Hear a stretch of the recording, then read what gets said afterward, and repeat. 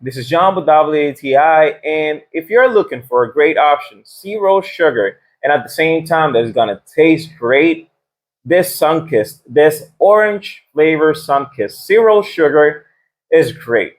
So one of the things I like the most about this beverage is that it's zero sugar, low calorie, and is a great replacement if you're looking to replace all the high sugary sodas that could be a problem for you.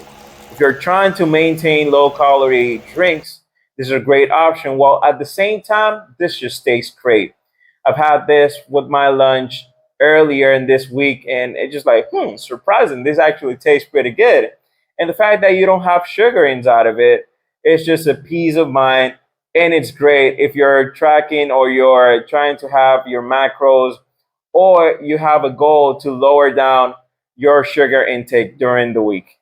So if you're looking for a great flavor and at the same time a good soda, zero sugar soda, this Sunkist is great.